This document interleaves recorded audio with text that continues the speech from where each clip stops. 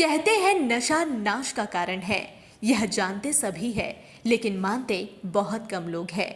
नशा की गिरफ्त में आया इंसान हैवान बन जाता है और उसकी हैवानियत के किस्से पलक झपकते दूर तलक फैल जाती है। मेरठ का सौरभ हत्याकांड इसका ताजा उदाहरण है। कैसे मुस्कान ने पति को नींद की दवाई खिलाकर नींद की आगोश में सुलाई, फिर खुद भी नशे में टल्ली होकर प्रेमी साहिल के साथ मिलकर पति को मौत की नींद सुला दी। नशे की गिरफ्त में आकर मुस्कान ने क्रूरता की तमाम हदें पार कर दी, जिसे सुनकर किसी के भी रोंगटे खड़े हो जाएंगे। झारखंड की उपराजधानी दुमका में भी एक हत्या हुई। मृतक और हत्यारोपी सभी नाबालिग है। इस वजह से बहुत कुछ बातें आधिकारिक रूप से मीडिया के सामने नहीं आ पाई, लेकिन विश्वस्त सूत्रों की माने तो यहाँ भी आरोपी ने क्रूरता की तमाम हदें पार कर दी। दरअसल गोड्डा जिला के चपरासी मोहल्ला का यश चौधरी 6 मार्च को अपने एक नाबालिग दोस्त के साथ दुमका आया था। दुमका में अपने एक दोस्त के साथ मिलकर खूंटा बांध में पार्टी किया। टीनेजर्स की पार्टी में तीनों दोस्तों ने जमकर नशे का सेवन किया। इस दौरान किसी बात को लेकर यश की तकरार अपने दोस्तों के साथ हो गई। तकरार गाली गलौज होते हुए मारपीट तक पहुंच गई। दोनों किशोर ने मिलकर यश की बेरहमी से हत्या कर शव को खूंटा बांध स्थित एक खंडहर में छिपा दिया। 10 दिन बाद 16 मार्च को पुलिस ने शव बरामद किया। उस वक्त शव की पहचान नहीं हो पाई। शव को कब्जे में लेकर पुलिस ने अनुसंधान शुरू किया और एक ब्लाइंड मर्डर केस का उद्भेदन किया। पुलिस ने इस हत्याकांड में शामिल दोनों किशोर को निरुद्ध किया। प्रेस वार्ता के दौरान एसपी पीताम्बर सिंह खिरवाड़ ने हत्या की वजह नशा और पार्टी को बताया। इसमें सूत्रों से हम लोग को पता चला कि गोड्डा का एक लड़का मिसिंग है। हालांकि उसका हम लोग अन्य स्रोतों से भी पता किया, लेकिन कहीं भी उसका डॉक्यूमेंट नहीं था। कोई ने भी थाना से संपर्क नहीं किया था। फिर हम लोगों ने संपर्क किया कि वहाँ कोई मिसिंग है, तो उस तरह से बातें आई कि यश नाम का लड़का 6 तारीख से गायब है, जो अपने दोस्त के साथ गया था, लौटा नहीं है। तो उसके कपड़ा उपड़ा को हम लोग यहाँ नगर थाना में व्हाट्सएप के माध्यम से भेजे, पहचान कराए, तो उन लोगों को लगा कि उनका ही लड़का का ये कपड़ा है और वो चप्पल जो पहना था जिसे उस तरह का लगा। तो उनसे हम लोग प्रारंभिक पूछताछ किए कि कैसे घर से निकला, कहाँ गया। तो इस क्रम में हम लोग को पता चला कि वहाँ का एक लड़का है, उसका दोस्त है, उसके साथ वो निकला था, उसके बाद लौटा नहीं है। और पूछताछ के क्रम में जब उस लड़के से और गहराई से पूछताछ किया गया, उसको बुला के, तो उसका रिलेशन दुमका में है। वो अपना भाई के बारे में बताया कि वहाँ गए थे। उसके बाद हम लोगों ने उसका पूछताछ किया कड़ाई से, तो उसने अपने घटना के बारे में संलिप्तता स्वीकार किया। और उन लोगों ने इस घटना में हम दोनों भाइयों के द्वारा उस तीसरे व्यक्ति को मारा गया है, इस बारे में उन लोग स्वीकार किया। साथ ही साथ बरामद कराया जो ईटा पत्थर से मारा था, और घटना का सफल उद्भेदन हुआ है। हम लोग इस घटना में काफी टीम जो है काम किया, और यह अज्ञात युवक का शव था, ब्लाइंड केस था, इसका सफलतापूर्वक हम लोगों ने उद्भेदन किया। मारपीट का सर क्या कितने लोग शामिल थे, कितने गिरफ्तार किए गए? इस घटना में 2 लोग शामिल थे और दोनों की गिरफ्तारी हो चुकी है। नाबालिग है क्या? 18 साल से कम है उनको, जिले निरुद्ध किया करके उसे माननीय न्यायालय में अग्रसारण किया जा रहा है।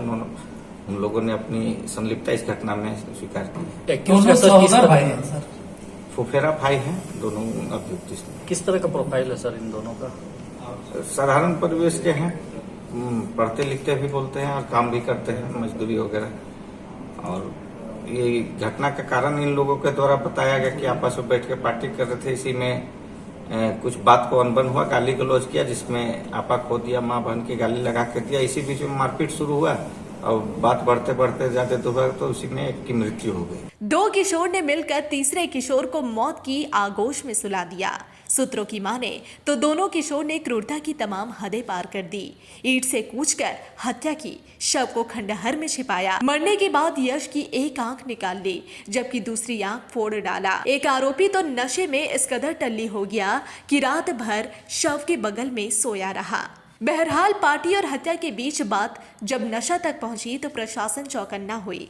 नाबालिग को नशा का सामान कैसे मिला, यह अहम सवाल था।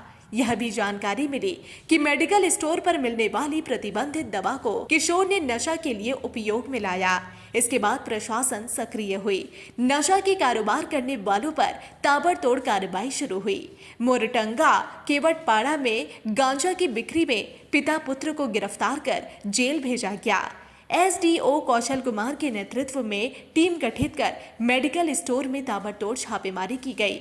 दुधानी चौक के पास संचालित ज्योति, संध्या और सना मेडिकल हॉल में काफी मात्रा में प्रतिबंधित कफ सिरप और टैबलेट बरामद किया गया। टीम द्वारा प्रतिबंधित कफ सिरप और टैबलेट जब्त करने के बाद तीनों मेडिकल हॉल को सील करने का आदेश दिया गया।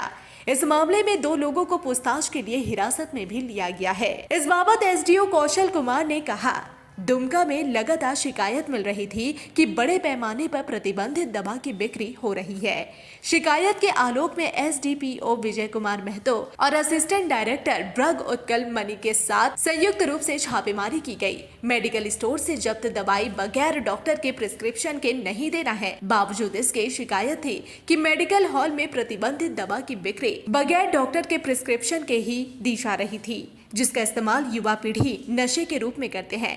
उन्होंने कहा कि इसका मकसद नशा के आदी हो चुके युवाओं को एक बार फिर से मुख्य धारा में लाना है। कार्रवाई हो रही है मेडिकल दुकान में जो छापेमारी की जा रही है। दुमका में लगातार ऐसी शिकायत प्राप्त हो रही थी कि बड़े पैमाने पे अवैध तरीके से जो ड्रग्स बैन किया हुआ है, जिसको बिना डॉक्टर के प्रिस्क्रिप्शन के नहीं देना है, जो सिडेक्टिव ड्रग है, वैसे ड्रगों का लोग यहाँ बेचते हैं। इसी सिलसिले में आज 3 मेडिकल दुकान में छापेमारी की गई है, जिसमें एक ज्योति मेडिकल है और संध्या मेडिकल है और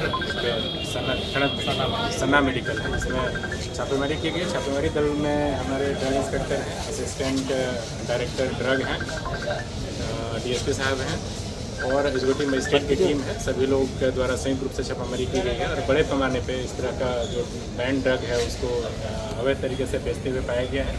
इसमें आगे की कार्रवाई की जा रही है, जो भी एफआईआर दर्ज होगा और आगे की कार्रवाई होगी और लगातार इस तरह की छापेमारी दुमका में होगी, ताकि जो हमारे यूथ हैं जो डिरेल हो गए हैं मेन स्ट्रीम से, उनको मेन स्ट्रीम में लाया जा सके और इस तरह का जो एक्टिविटीज है उसको रोका जा सके। सर, जो दवाई मिला है वो किस तरह का दवाई है, क्या चीज़ यूज करता है लोग? ये तो अभी हमारे ड्रग इंस्पेक्टर बोल रहे हैं कि उनके द्वारा जो देखा गया है, ये बेसिकली विदाउट डॉक्टर प्रिस्क्रिप्शन नहीं बेचना है। डॉक्टर का ऐसा प्रिस्क्रिप्शन चाहिए और ये सिडेक्टिव ड्रग है, नशे के रूप में लोग इसका यूज करते हैं। कितने की संख्या में मिली है? आपका यहाँ तो आपका अभी काउंट करना है, उसका जब सूची बन रही है। कितने दुकानों से मिला सर? 3 दुकान से मिला है। 3 दुकान, इसका नाम मैंने बता भी दिया आपको कि हमारे संध्या मेडिकल है, ज्योति मेडिकल है और सना मेडिकल है। और आने वाले दिनों में बाकी सभी मेडिकलों में जांच होगी, लगातार छापा। वहीं असिस्टेंट डायरेक्टर ड्रग उत्कल मणि ने कहा कि कोई भी दवा मेडिकल हॉल से बगैर डॉक्टर के प्रिस्क्रिप्शन के नहीं देना है, लेकिन यहाँ तो प्रतिबंधित दवा की भी धड़ल्ले से बिक्री हो रही थी। उन्होंने बताया कि प्रावधान के अनुरूप होलसेल दुकानदार रिटेलर को दवा उपलब्ध कराएंगे, न कि मरीज को। वहीं रिटेलर मरीज को दवा तभी देंगे जब डॉक्टर का प्रिस्क्रिप्शन साथ हो। उन्होंने कहा कि कोडिंग मिश्रित कफ सिरप और अल्प्राजोलम टैबलेट का इस्तेमाल नशा के रूप में किया जाने लगा है। जो इस दवाई का दुरुपयोग है, यह ऐसा नशा है जिसका आदी बहुत जल्द लोग हो जाते हैं। दवाई मिला वो किस तरह का दवाई है और कैसे बेचना है उसको और क्या कार्रवाई होगी? कोई भी दवा बिना प्रिस्क्रिप्शन के नहीं बेचना है और बिना लाइसेंस के नहीं बेचना है। अगर होलसेल है तो वो केवल होलसेल रिटेल को दे सकता है, किसी भी मरीज को नहीं दे सकता।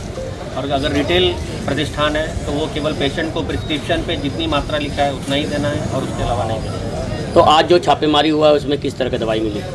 आज जो छापामारी हुआ है उसमें कोडिन युक्त दवा मिली है और अल्प्राजोलम मिला है। इसका इस्तेमाल कैसे होता है? इसका इस्तेमाल नशे के रूप में किया जा रहा है, जो कि आदत हो जाती है। कोडिन पीने से आदत हो जाती है, अल्प्राजोलम की भी आदत हो जाती है। प्रशासन की इस कार्रवाई से नशा के अवैध कारोबार करने वालों में हड़कंप मच गया है, लेकिन जरूरत है इस तरह की कार्रवाई आगे भी जारी रखने की, तभी नशा के अवैध कारोबार पर अंकुश लग सकेगा।